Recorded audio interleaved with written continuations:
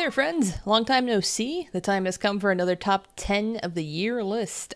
2023 was actually a jam-packed year for me. I played so many games this year. You'll see right now on your screen a really jaggedy, raggedy collage of all the different games that I played this year for any length of time. Some of them I finished, some of them I only played for a bit, but anything I touched is on the screen right now that came out this year. I have a lot of top contenders for my top 10 list. It was a strong year, so narrowing it down was tough, but I feel like I got a pretty solid list that I won't immediately regret.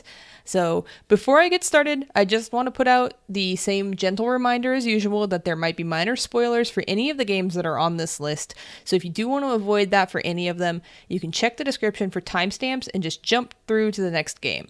I'll be avoiding any major spoilers, so there's no worries there, but I know that some people, myself included, sometimes don't want to know anything at all about a game they're looking forward to playing, so that option is there if you need it. With all that said, let's just hop straight into the list. Kicking this year's list off at number 10 is a game that is on here mostly fueled by my own nostalgia for history with and love of this franchise, but it's Counter-Strike 2. Early in 2023, Valve came out of pretty much nowhere to announce that Counter-Strike 2 would be coming out later the same year, and my hype level was just immediately through the roof. For anybody who doesn't know this about me, Counter-Strike has always really had a special place in my heart. I grew up playing Counter-Strike 1.5 all the way through to Global Offensive. It's how I made friends in middle school. It's how I made friends in high school. Counter-Strike is important to me. I've always just had Counter-Strike in my life. If you're somehow not familiar with Counter-Strike, it's a first-person shooter that started out as just a Half-Life mod over 20 years ago. It has a pretty large competitive scene, but you can also just play casually, which is what I do. I'm definitely way too old to keep up with the competition. If you are at all familiar with Counter-Strike and you're paying attention to the background footage, that's probably very clear to you because I am extremely rusty and I cannot hang with the new generation at all. But I still like to hop in and just have fun now and then. Over the years, it's gone through several iterations from just plain old Counter-Strike to Counter-Strike Source, and then eventually Counter-Strike Global Offensive, which was the most recent iteration prior to Counter-Strike 2. Counter-Strike 2 has improved graphics and a few upgrades here and there. It's built on the newer Source 2 engine, but its core gameplay is mostly the same. To me, what's most impressive is the changes to smoke grenades and Molotovs. They made them way more dynamic, and maybe I'm a sucker, but I just think that they're really cool. I'm very impressed by it. You shoot into the smoke and it makes a little bullet hole where your smoke went in. And as somebody who's been playing this for a very long time, that kind of thing is just so cool to me to see a game that I've been playing for this long still getting this kind of care. I kind of feel like that aspect of this game coming out is really underrated. You've got Team Fortress 2 dead in the ditch. You've got no Half-Life 3 in sight. You've got Day of Defeat. Nobody's heard from them in 2 decades. And here we are getting a new Counter-Strike 2. I just think that's really cool. I will say there are some valid criticisms of the game, such as the fact that Valve pulled a Blizzard and pulled Global Offensive completely from the marketplace to replace it with Counter-Strike 2, which sucks. And apparently there are some technical issues that are big for competitive players, but since I don't play competitive, I haven't really been impacted by those. And as a person who can't resist telling you how long I've played Counter-Strike, I will say that every time a new Counter-Strike has come out, it's always been a really big backlash. People hated 1.6 when it came out. People hated Source when it came out. People hated Global Offensive when it came out. And every time, the dust settled and people got used to it and carried on. My only personal gripe is that it doesn't have my favorite mode in it currently, which is Arms Race or Gun Game, you might know it by. But in the meantime, I guess I can settle for Deathmatch. Either way, I had a lot of fun playing Counter-Strike 2 when it came out. I hopped on, I played it for a couple of weeks solid, and every now and then I still just hop on and play for a little bit. I love Counter-Strike, what can I say? That's why it's on the list. Up next at number 9 is Jedi Survivor. Jedi Survivor is the sequel to the 2019 game Jedi Fallen Order, which I was also a pretty big fan of. These games are action-adventure games with loosely Souls-like combat set in the Star Wars universe sometime after the sequels, but before the trilogy, I believe. In Survivor, the main character Cal has developed his Jedi skills more, and he's working to chip away at the Empire. This game to me felt like much more of an open world than the original, and even as somebody who's been a little burnt out on open worlds, I had a lot of fun exploring this one because of the Metroidvania elements of this game. I actually really enjoyed going back to things where I was like, oh, I remember I saw that earlier. I can go back and do it finally. So that won me over a tiny bit. I am going to brace myself when I say this because of the way that Star Wars fans are, but to me, this game really reminded me a lot of what I like about Star Wars. I consider myself a pretty middle-of-the-road Star Wars fan. I like the movies a decent amount. I play some of the games here and there, and I've seen a couple of the shows, but I'm definitely not a hardcore fan by any means. Originally, that was the case because there was such an intimidating size of the extended universe. But nowadays, after Disney was like, never mind, we're throwing all that extended universe in the garbage, I think it's just because the stuff that Disney is putting out, to me, just, it's not that great. And there's also way too much of it to keep up with. But most of all, I feel like what I liked about the original trilogy, and even to some extent the prequels, was the world building and the creatures. I remember as a little kid, I loved Watto for some reason. Why did I love Watto? Who knows? But he was cool. I loved him. He was so cool. I mean, he wasn't cool, but he was unique and interesting to me. I had a little Watto eraser that I put in a time capsule and reopened in like 2014 or something like that. I was like, look at that. Look how much I loved Watto. Anyways, all of that is to say that I've always just really liked the unique world of Star Wars and the creatures. It was all always really creative and unique. There were different languages. Each place they went felt very distinct. Whereas nowadays, I couldn't tell you the difference at all between Tatooine and Jakku. I had to look up what Jakku was called because it just doesn't stick in my brain. Jedi Survivor brought back that feeling of intrigue for me with all of the NPCs and the different areas you visit. They all felt fully developed to me and not just a rehash of Star Wars greatest hits. It wasn't like, ooh, Obi-Wan Kenobi's here for no reason. And remember Luke? Like, I don't know. It felt like, for the most part, I'm not going to say it's not guilty of doing any of that because it most certainly has a few moments where it's guilty of it. But for the most part, it feels like it stands on its own as a unique piece of Star Wars media. I did still have a couple of gripes as well that I feel are worth mentioning. The main one for me is that there are really long stretches in this game of what basically feel like obstacle courses for you using your force powers. I agree, game. These mechanics that you've put in are cool, but sometimes they really went on for so long. Like, imagine if you've played the new Tomb Raider games, imagine those escape sequences with Lara Croft, but you're doing Jedi shit, and if you mess up, you have to restart, and it just goes on forever. It's a lot of that. The main story itself did feel a little predictable at times, and I also feel like it fell victim to something that Star Wars struggles with as a whole. I'm going to take a quick aside and give a quick summary for anybody who might not be a Star Wars fan before I get to that. In Star Wars, there is this thing where all the Jedi were supposed to have been killed. Yeah, it was a big deal. That's why Luke has to go find Yoda in the original movies, because, like, Jedis just aren't a thing anymore because they all got killed. In this game, and in a lot of other new Star Wars media, Jedis just keep showing up. There's just Jedis everywhere. And it really feels like it erodes at the impact of Order 66, which was supposed to have been this really big deal, when it's like, well, actually, this guy survived. You've never heard of him, but he survived. Oh, and also that lady, she survived. She's a Jedi. This guy, he's also a Jedi. Everybody's a Jedi. Watto, I'm surprised, Watto might have been a Jedi. We just never knew it. That being said, I did really like the characters in this one, and there was a moment in this game that got the biggest laugh of the year out of me. I'm not going to tell you what it is. It's important that you come across it on your own. There's also a romance element in the game that normally I would probably have hated because it did feel a little shoehorned in, but I was actually somewhat impressed because I felt like even though they shoehorned in the romance, they let the characters involved still be true to themselves, and so I found myself actually being like, you know what, I don't mind this. I'd also be a fool not to mention the characters of the year, both Turgle and Scuba Steve in this game. I'd like to thank them for their service. I really enjoyed both Turgle and Scuba Steve. I don't have anything else to add besides I really liked them. And as always, the combat in this game is really fun. And the Jedi powers are fun, like the movement and the essentially parkour you're doing are really fun when the game's not forcing you to do it in an obstacle course type way. And I know that I just listed so many gripes, but I promise I really liked this game. I finished it and I had the intention to go back and do extra post-game stuff, but never got around to it. But I remember finishing it and being like, wow, that was a lot of fun, and I really liked that. So that's why it's in here at number 9. Next up on this year's list, coming in at number 8, is Pizza Tower. Pizza Tower is a 2D platformer that's pretty heavily influenced by the Wario Land games, which I've never played, but I've heard that, and I watched some gameplay, and I can confidently say yes, they are very inspired by those games. You play as a pizza chef named Peppino Spaghetti, which is, by the way, a wonderful name, and you're scaling a tower to face the big bad and save your pizzeria from being destroyed. As somebody who can be really, really bad at 2D platformers, I really appreciate that this game doesn't have lives or HP in most of the levels. You can just try stuff over and over again.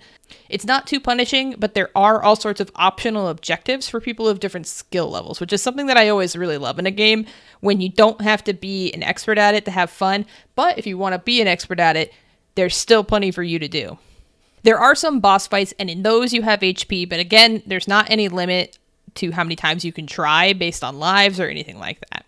The game is broken up into different floors of the tower, and each floor has a different theme to the levels in it, and then those levels in turn have different gimmicks. So sometimes you just gotta go as fast as you possibly can.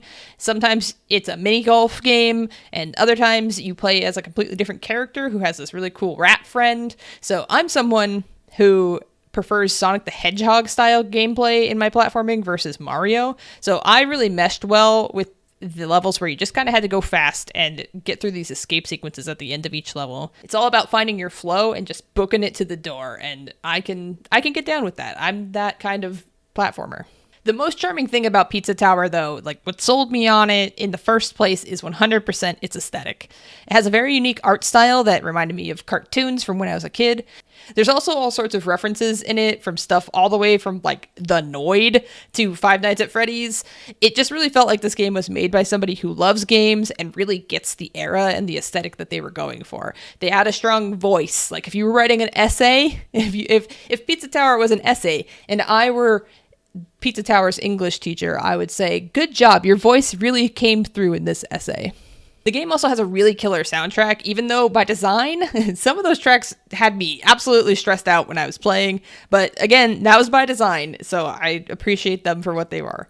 Like I mentioned, there is a lot of optional content that I didn't even attempt to get to because I just knew that I would be bad at it and it wouldn't be fun for me. But I still feel like I got plenty of value out of it. Like I said, it's not overly hard, but it's not a walk in the park. I'd really strongly recommend giving it a try if you've been on the fence about it. I think you'll have fun no matter your skill level. Number 7 on this year's list is a game called Meg's Monster. Meg's Monster is a game by the developer Odin Cat, who also made Fishing Paradiso and Bear's Restaurant, if you're familiar with either of those. You play as a monster who lives in the underworld and comes across a little human girl. It's a pretty linear RPG, but it has a very sweet story, and it had me hooked enough that I played it all in one sitting. It only took me about 4 hours, so it is on the shorter side, but like I said, I found it really engaging, and I just popped it on my Steam Deck and sat on the couch all day and finished it. The pixel art in this game is really beautiful, and the soundtrack is also a strong point, as it usually is in Odin Cat games. It feels like one of those games where I can't really explain the story too much, though, without delving into big spoilers, but I will tell you that it had me absolutely sobbing. Disclaimer that I am a crybaby, but I still think that that counts as high praise. I wasn't just like crying a little bit. I was full on like unconsolable at the end of this game. So if you like a good emotional story, keep that in mind. One thing I do want to call out about this game is the combat, because I know some people will see that and be like, oh, about it, but it's actually kind of a double-edged sword. If you don't usually like RPGs because of the combat and party management and things like that, definitely don't let that dissuade you from trying Meg's Monster. The combat is actually relatively basic, and there's no grinding or party management that you have to worry about. On the other hand, if you're into RPGs, mostly for their combat, I wouldn't expect too much. I did get knocked out a couple of times during my playthrough, so it's definitely not something that you can just sit and button mash through, but it's also not a very complex system, so just bear that in mind if you're looking for a more combat-focused RPG. The game itself is regularly priced at $15, and like I said, that took me about 4 hours to complete, so I personally think that that's a pretty fair deal, especially given the price of a movie ticket. these days you get more out of this game for $15 than you do going to the movies. So that's cool, I guess. If you're into heartfelt stories and wholesome experiences, I think this one would be a good one for you to check out. Coming in at number 6 for 2023 is Spider-Man 2. Feels like you really can't go wrong with a Spider-Man game at this point. The core gameplay in these is just so fun that I really don't ever see it completely missing the mark for me unless they completely butcher a story somehow. Spider-Man 2 is largely the same vibe as the first game and as Miles Morales, but this time you get to alternate and play as both of them. The big bads this go around are Kraven and Venom, but I really wish that they kind of hadn't advertised any of the Venom stuff. I know in reality that would never happen, but I feel like they just showed a little too much, and I would have been more excited to have it be a surprise, or because I found myself just waiting for things to happen based on the stuff I had seen in trailers and E3 footage. Well, not E3, but whatever the industry show was this year. I do think this game has a decent story. I really liked a lot of the stuff involving Pete and MJ and Pete and Harry. It's definitely better than the story from Miles Morales, but it's also definitely not as good as the first game's story. In particular, early on in the game, there is a lot of focus on Peter and Miles' relationship, which is really nice. And if I could give one main criticism of the story, it would be that I wished they'd focused more time on that element. It really gets shoved to the side to make room for Peter and Harry's stuff for the bulk of the game, and then they kind of just hastily wrap it up at the end, and it's like, oh, okay then, I guess I thought this was going somewhere else, but this'll do. There are some really good side missions in the game and some stinkers, but that's par for the course. And again, the formula for these games is pretty foolproof. If you liked either of the first two games, you're probably going to like this one. I personally thought the Mysterio challenges were really fun, and this game was also a really easy platinum trophy to get if you're into doing that. I was also really excited about some of the costumes that you could unlock. There's one in particular that I won't spoil for you, but maybe you can guess which one it was. There was one in there that I was like, oh my god, I was so excited to unlock it. Anyways, I will say this game did insist on keeping in the MJ missions, but they did make them better. I, MJ mission hater extraordinaire, can admit that the MJ missions were passable in Spider-Man 2. On the other hand, I can't think of her name right now, but Miles' girlfriend has a mission. I appreciate what they were doing there, but it was way too long and not very fun. So maybe next time we can improve that if we're doing it again. Overall, even though I really liked this game, I don't feel like there's too much more to talk about. It's a Spider-Man game. It's good. It's solid. I don't think it should have been nominated for Game of the Year. That's pretty wild. But I do love swinging around and webbing people up and fighting and doing flips in the air. It's very fun. This year's number 5 is Sea of Stars. Sea of Stars is a turn-based RPG inspired by Super Nintendo era RPGs like it, such as Chrono Trigger or Super Mario RPG. Sea of Stars is made by the same studio that made The Messenger, and apparently there are some tie-ins between the two, but I can't speak to what extent those go to because I've never played The Messenger. I can say, however, that I didn't feel like I was missing anything significant from the story of Sea of Stars by not having played The Messenger. The gist of the story is that you play as 2 solstice warriors, which are people who have special eclipse magic, and you're fighting to save the world from the big villain, an alchemist who goes by the name The Fleshmancer. I mean, I was talking about Peppino's name being good, but The Fleshmancer, definitely character name of the year right there. You build up your party as you go along, which includes your childhood best friend Garl, who, I know I said Turgle and Scuba Steve for Character of the Year, but Garl is a top contender there as well. Garl is really wonderful, and he carried a lot of the game for me. The combat is turn-based, but it has mechanics similar to that of Super Mario RPG, where you can time your inputs for attack and defense that'll modify how much damage is either dealt or taken. I really enjoyed these mechanics and thought the timing and audio cues for all of these made sense and felt really fun, but I'm somebody who thinks the opposite about that in Super Mario RPG. I like Super Mario RPG, but I don't think a lot of the timing for the bonus damage makes sense to me in that game. So this one, on the other hand, really clicked. So if you have the same struggle with Super Mario RPG, maybe this one will click for you too. One other thing that was fun and unique is that instead of the traditional route of buying healing items for your party, instead there's just ingredients around, and you learn recipes to cook meals for your party to eat instead. I thought that was a fun twist, and it prevented me from doing the usual item hoarding that people do in other RPGs, myself included, where you inevitably end up at the end of the game with a stack of 20 elixirs that you never used because what if you need them? It was a lot easier to not do that when I knew I could just go make another one after. It also has this mini game in it called Wheels, and at first I hated Wheels. I did not get it. But then once it clicked, I really came to love it. I played all of Wheels, and I would play a whole side game of Wheels if I could. A lot of people have criticized the writing style in the game for being simplistic and a little weird grammatically at times, and normally I'll fully admit that that's something that I would expect to bother me, but for some reason it really didn't in this game.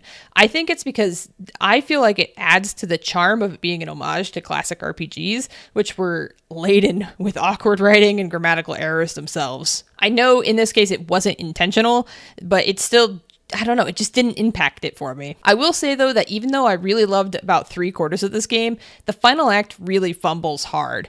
They pull the trigger on a couple of things way too early in the story, and the ending itself felt very much like a setup rather than an ending. There's also a true ending, but it requires collecting all of the optional items called rainbow conches, so I just looked it up on YouTube, and I can't say that I loved that ending either, but that'd be crossing into major spoiler territory if I explained why, so I'll just leave it at that. But it is one of my pet peeves when a game locks a true ending behind collectibles. In the end, though, the parts of Sea of Stars that I really loved, which is why it's still ranked relatively high on my list. I felt like it had really high highs to make up for some of those lows. The game looks really great, and it has an amazing soundtrack, so overall, it was a really positive experience for me this year, and I'm so happy to have played it. Ranked fourth for me this year is Dave the Diver. It is not an exaggeration to say that it's impossible to succinctly describe what kind of game Dave the Diver is. It's an adventure game, it's a fishing game, it's a restaurant management game, it's an RPG, it's a farming sim, it's a roguelite, and all of that and much more in one game. You play as, you guessed it, a diver named Dave who gets hired to do deep sea exploration and to catch fish for a sushi restaurant. That's the baseline gist of the game. You can dive twice a day, fish whatever you can, and then you bring it back up to be prepared and served that night in the sushi restaurant. There's also an overall story arc involving an ancient underwater society and a couple of side stories involving individual characters you interact with. You can upgrade your equipment to get better fish, and as you go on, you upgrade your restaurant, you unlock different areas to explore, and more features. It feels honestly like so into the game, you're still unlocking features to the point where it's like, oh my god, when is everything going to be unlocked? It sounds like a lot to manage, and in some ways it is, but for some reason it just worked for me. I was hopelessly addicted to this game to the point where I was just thinking about Dave the Diver when I wasn't playing it. And I don't know that I could even tell you specifically why I find it so fun. It just is. I was so hooked. It also has really relaxing music, which helps you lose hours at a time to it. It's almost like the perfect trap. It's silly and goofy, but it never beats the jokes into the ground, which I appreciate. It alludes to the importance of treating our oceans well, but it's also never on the nose about that, which I appreciate. If I had to make one minor complaint, it would be that at times it does stretch itself a little too thin with how many minigames and optional activities there are, but you don't necessarily have to do all of them. The only time it's a real inconvenience is when the storyline forces you to participate in one, which is pretty rare, but when it does happen, it is like, ugh, just let me catch fish. Dave the Diver got a lot of buzz this year around award season, and I personally think that that was well-earned buzz.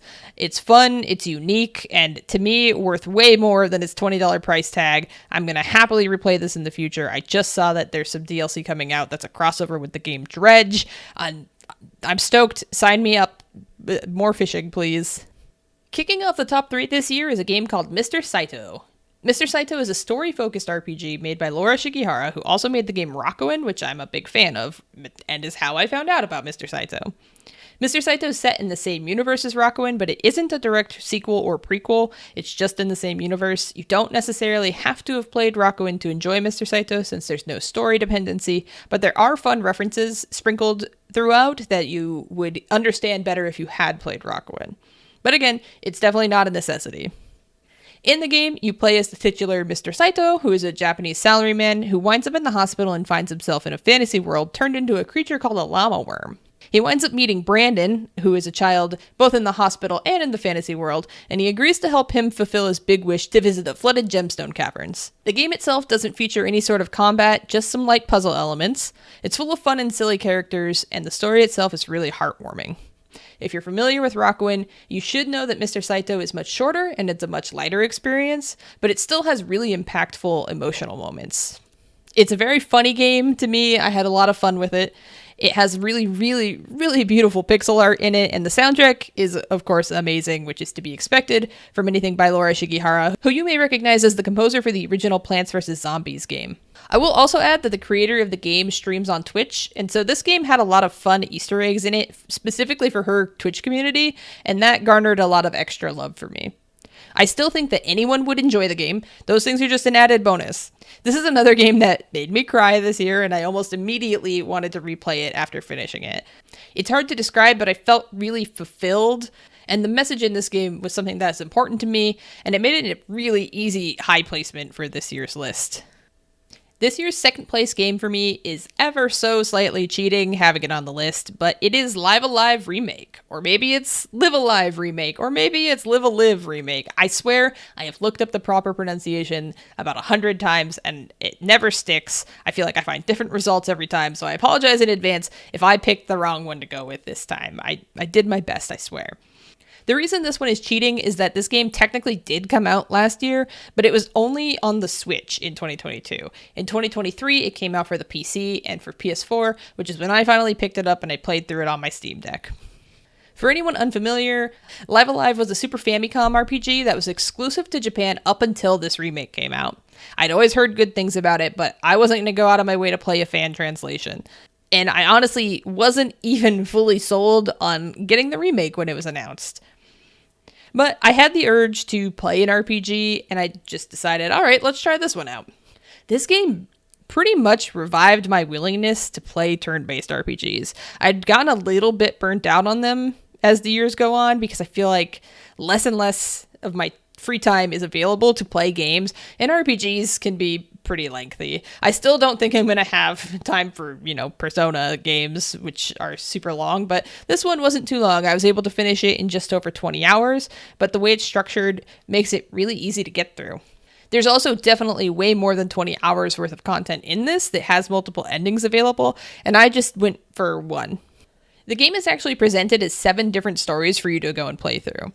They all have different mechanics, or I guess you could call them gimmicks to them, and they all have varying runtimes. One was only like 40 minutes, and one was several hours. Each one is really different than the other.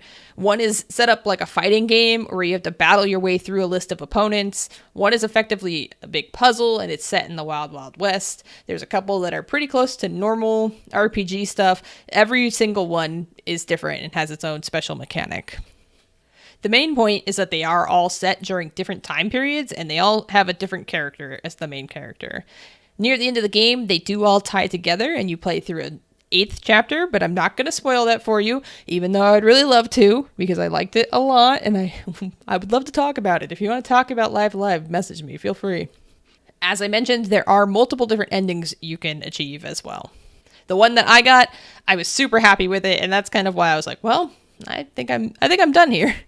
The redone graphics are great, and I'm actually not generally a fan of that HD 2D style that Square Enix has been leaning on lately, but for some reason it did really work for me in this one. The biggest sell to me before playing this was that the soundtrack was also remastered, and that soundtrack is by none other than Yoko Shimomura, who is one of my favorite video game composers. If you're not convinced by that name alone, just know that this is the game where the song Megalomania came from, and that's the song that inspired Megalovania from Undertale, which you probably like. Yeah, I'm calling you out. You probably like Megalovania from Undertale, so you should play the game that inspired it. There's also even a new song called Gigalovania in this one, and I've had that song on repeat all year. That song is so good. It's such a good song. You should play the game just to hear Gigalovania, to be perfectly honest. There is voice acting added to this game as well as a new feature, but I personally wasn't a huge fan of it, and I preferred to turn it off. With pixel style RPG games, I'm not a big fan of voice acting in general. It doesn't work for me.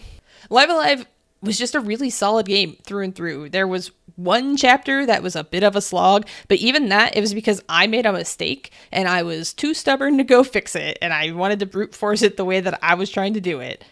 I think this game deserves a lot more hype than it got, to be perfectly honest, and it left me feeling really fulfilled when I finished it. If you are a fan of RPGs at all, I strongly encourage you to try this one out. It's really good. Don't let it pass you by.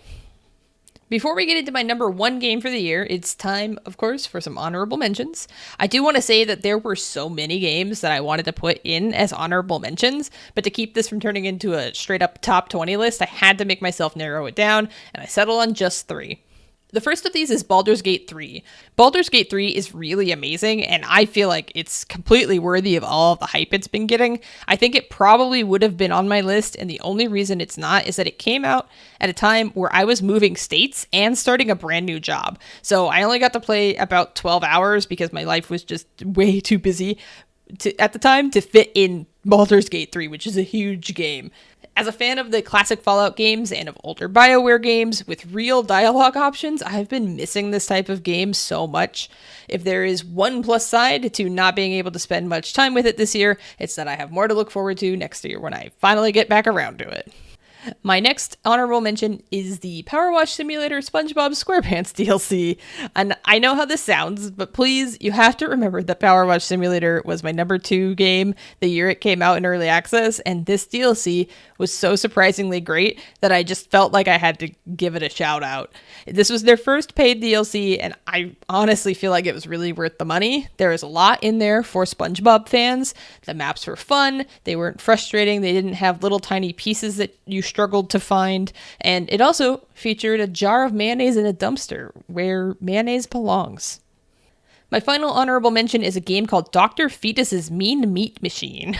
Dr. Fetus is a character from Super Meat Boy, and at its core, this is a Puyo Puyo style game, or if you haven't heard of Puyo Puyo, maybe you remember Dr. Mario or Dr. Robotnik's Mean Bean Machine. It's that kind of game, but as you progress, more and more obstacles appear in the course, and I just thought that was really unique, and the game itself was really snappy and fun, because if you die, you just respawn really quickly, but unfortunately, I never got around to finishing this one. Now, in possibly the least surprising reveal of all time, it's time for my number 1 game of the year. Final Fantasy Theater Rhythm Final Bar Line. Woo! Anyone who knows my taste in games probably could have predicted this, and I will own that fact. Final Fantasy Theater Rhythm Curtain Call for the 3DS is one of my favorite games of all time, and now this one is right there with it. If you've never heard of these games before, Theater Rhythm is a rhythm game series that focuses on specific franchise, most notably Final Fantasy. So all of the music in these games is from the Final Fantasy series, which of course is one of my favorites, so it really does feel like this is a game made specifically for my tastes. I love rhythm games and I love Final Fantasy music, so I couldn't ask for anything more.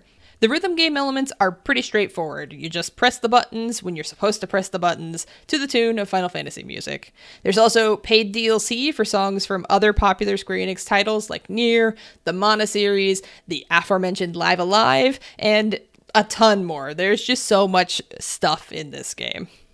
One thing that's different in this game versus previous entries is that this one has a mode called Series Quest Mode, where you go through and you play songs from specific games all in one place or one course, which is different than in the past where you had maps, like in Curtain Call, where you were kind of just given a grab bag of stuff on any given map, which could be discouraging when you got like a song you didn't really know or didn't want to play. Or on the other hand, I would skip songs I didn't know and only play the same songs over and over. Because in Final Bar Line, you have to complete around half of the songs from a given series in order to get a key to unlock the next series, it really encourages you to try out songs that you might have otherwise skipped. I found out a lot of new music this way. I loved this feature, and it's ultimately what convinced me to try out Final Fantasy Mystic Quest this year for the first time, which I really enjoyed, and I honestly 100% was convinced to try it because I played the music courses in Theater Rhythm and they were so good. Which, by the way, go listen to the soundtrack of Final Fantasy Mystic Quest. It absolutely slaps. There's obviously still a free play mode where you can play whatever song you want, and there's also a mode called Endless Quest mode where you have to fulfill a certain challenge requirement or else you fail, and if you fail enough, then you lose. And all of this together is enough replayability for me. I love this game so much that I bought it both on the PlayStation and on the Switch so that I could have it on the go. And honestly, if they put it out on PC, I will buy it again on PC. I hope they hear me. I hope they do that. There is valid criticism to be made that they locked some very noteworthy songs behind a paywall of DLC, and they omitted some pretty popular songs as well. But to be frank, I really don't care. I don't care.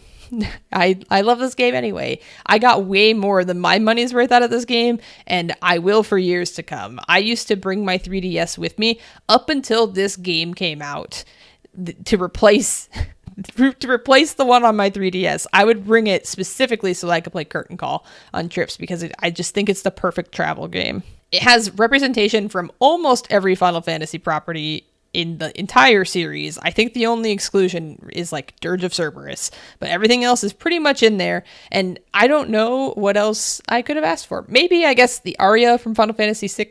If you're listening, Square Enix, please put that out as DLC. I will pay any amount of money to play that in theater rhythm. I would love it.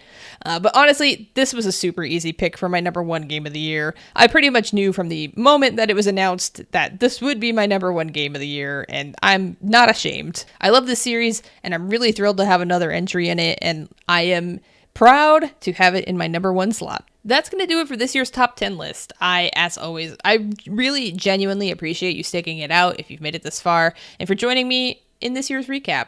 If you're at all interested, you can also find me on twitch.tv/Kreestin, linked below, where I do occasional live streams. And I'm also pretty much on every other social media. They'll all be down there. I really appreciate you hanging out for this. And hopefully I'll have enough time in 2024 to play some of the games that I missed this year. Like, I'm dying to play Alan Wake 2. There's just so much that came out this year. So maybe we'll have to do a double feature next year of like games I missed top 10 and then a 2024 list. But we'll see about that. Until then, thanks again, and I will see you next year.